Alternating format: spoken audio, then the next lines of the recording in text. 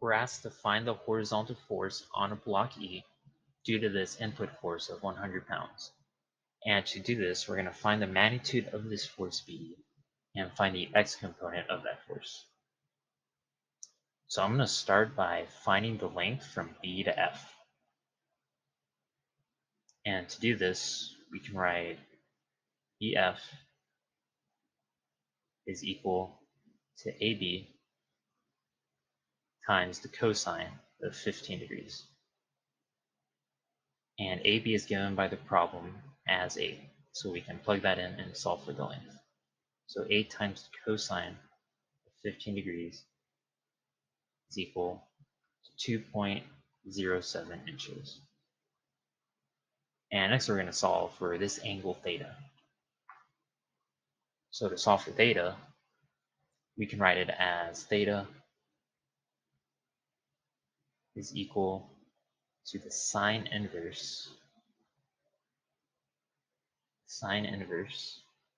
of the length BF divided by the length 6.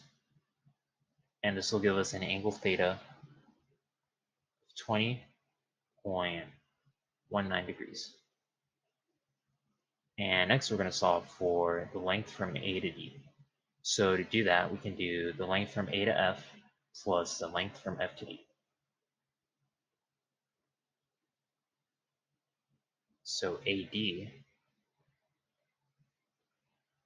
that's going to be equal to A to F, which is 8 times the cosine of 15 plus the length from F to D, which you can write as 6 times the cosine of 20.19 degrees.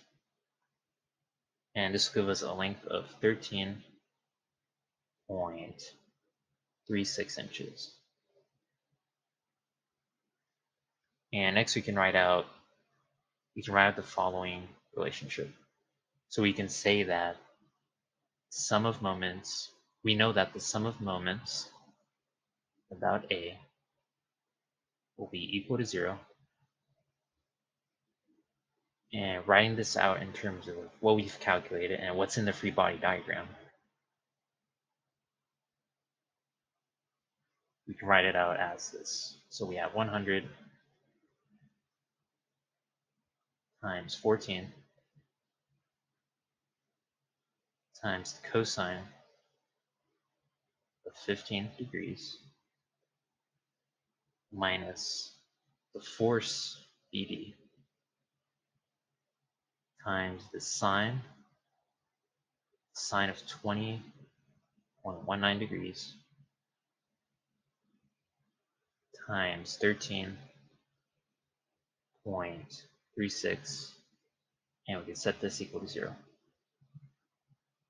And we have one unknown variable, f of BD, so we can rewrite this solving for that variable.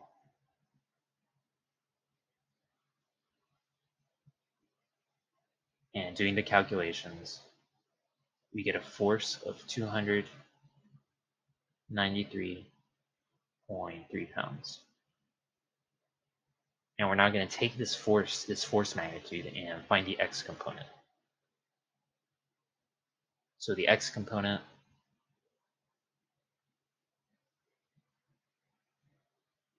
is going to be equal to the magnitude we just calculated